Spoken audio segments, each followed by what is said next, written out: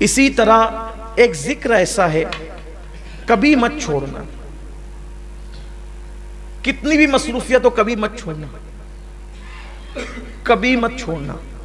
مولا کائنات کہتے ہیں کہ جنگ صفین میں مجھے اتنی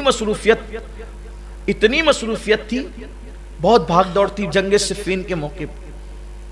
اس دن بھی میں نے اس ہما ہمی میں بھی یہ ذکر نہیں چھوڑا۔ وہ ذکر ہے 33 مرتبہ سبحان اللہ، 33 مرتبہ الحمدللہ، 34 مرتبہ اللہ اکبر۔ اس کو کہتے ہیں تسبیح فاطمہ۔ اس کے بارے میں روایت میں آتا ہے کہ جو اس ذکر کو پڑھتا ہے دنیا میں اس کے کوئی کام میں اس کو ناکامی نہیں ہوگی، ادھر مرے گا ایک قدم اس کا دنیا سے اٹھے گا، ادھر مرے گا ادھر دخول جنت کی سعادت نصیب ہو جائے گی، نامراد نہیں ہوگا یہ ذکر۔ اس لیے کبھی مت چھوڑنا اس کو۔ ایک کلمہ شریف سنا آپ نے، لا الہ الا اللہ محمد الرسول اللہ، اس کے بعد آپ نے تسبیح فاطمہ یہ سنا، پھر اس کے بعد سبحان اللہ وبحمدہ، سبحان اللہ العظیم وبحمدہ استغفر اللہ۔ میرے آقا فرماتے ہیں جو اتنا کہہ لے اللہ اس کو میزان بھر کے نیکی عطا فرماتے ہیں۔ اس کو بھی پڑھو۔ اسی طریقے سے اشہد ان لا الہ الا اللہ وحدہ لا شریک لہ، لہ الملک ولہ الحمد، یحیی و یمیت بیدہ الخیر وہو علی کل شیء قدیر۔ اس کو جو بندہ پڑھتا ہے اگر 4000 سال کے گناہ بھی اس کے نامہ اعمال میں ہو اللہ اس کو بھی بخش دے۔ بڑا عظیم ہے یہ۔ انبیاء کرام کا یہ وظیفہ ہے جو میں نے پڑھا نا، جس کو ہم چوتھے کلمے کی شکل میں پڑھتے ہیں، انبیاء پڑھتے تھے اس وظیفے کو۔ ایک وظیفہ اور ہے، حسبنا اللہ و نعم الوکیل۔ اسے حضور علیہ السلام مشکل مقام پر پڑھ، یہ دو وظیفے، ایک تو لا حول ولا قوت الا باللہ العلی العظیم، اور ایک تو حسبنا اللہ و نعم الوکیل۔ اس کو حضور علیہ السلام مشکل مقامات پر پڑھتے تھے۔ فرمایا جو حسبنا اللہ و نعم الوکیل پڑھے گا، اللہ فرماتا ہے چونکہ تو نے مجھے اپنا کارساز بنایا اب تیرا کوئی کام بگڑنے نہیں دوں گا، اس لیے اس کو پڑھا کریں۔ بڑے وظائف ہیں اور بہت زیادہ دیے جائیں تو کہیں ایسا نہ ہو کہ آپ مشکل میں پڑ جائیں، لیکن ایک وظیفہ جو حضور غوث پاک سے منسوب ہے اور اس کی بے شمار دنیاوی اخروی فوائد ہیں، اگر کچھ نہ کر سکو تو اتنا کر لیا کرو کہ ہر نماز۔ السلام علیکم ورحمۃ اللہ وبرکاتہ۔ امید ہے آپ سب خیریت سے ہوں گے۔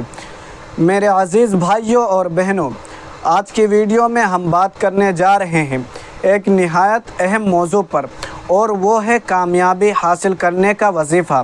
ہم سب چاہتے ہیں کہ ہماری زندگی میں ترقی ہو، ہر کام میں برکت ملے اور منزل آسان ہو، لیکن اکثر محنت کے باوجود انسان کو وہ کامیابی نہیں ملتی جس کی اسے امید ہوتی ہے۔ دوستو، اللہ تعالیٰ قرآن پاک میں فرماتا ہے کہ کامیابی ایمان والوں کے لیے ہے، یعنی اصل کامیابی اسی کو ملتی ہے جو اللہ کو یاد کرے، اس کے ذکر کو اپنائے اور اپنی زندگی کو اس کی رضا کے مطابق ڈھالے۔ سید امین القادری صاحب نے اپنے اس بیان میں ایک ایسا خاص وظیفہ بتایا ہے جس پر عمل کرنے سے نہ صرف دنیاوی کاموں میں آسانی ملتی ہے بلکہ دل کو سکون بھی ملتا ہے۔ یہ وظیفہ چھوٹا سا ہے لیکن اس کے آثارات بہت بڑے ہیں۔ شرط یہ ہے کہ اسے دل کے اخلاص اور یقین کے ساتھ کیا جائے۔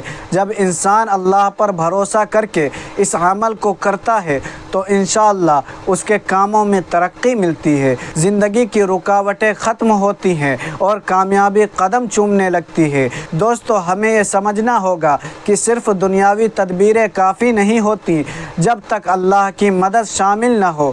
بڑی سے بڑی محنت بھی کامیابی نہیں دیتی، لیکن جب اللہ راضی ہو جائے تو چھوٹی سی کوشش بھی بڑے بڑے نتائج دے دیتی ہیں۔ یہی سبق ہمیں اولیاء کرام اور بزرگان دین نے دیا ہے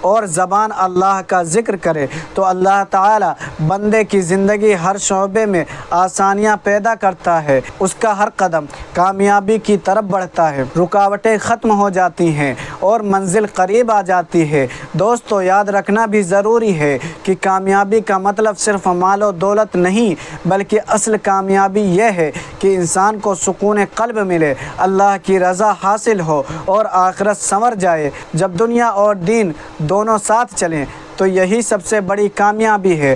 آخر میں آپ سب سے گزارش ہے کہ اس پیغام کو صرف اپنے تک محدود نہ رکھیں، اس ویڈیو کو زیادہ سے زیادہ شیئر کریں تاکہ آپ کے ذریعے دوسروں کو بھی ایک قیمتی سبق ملے۔ ہو سکتا ہے آپ کے ایک شیئر کسی کی زندگی بدل دے اور آپ کو آخرت میں اس کا اجر بھی ملے۔ اللہ تعالی ہم سب کو اپنی یاد میں مشغول رکھے، ہمارے کاموں میں برکت دے، ہر قدم پر ترقی عطا کرے اور دنیا و آخرت دونوں میں کامیاب بنائے۔ آمین یا رب العالمین۔ السلام علیکم ورحمۃ اللہ وبرکاتہ۔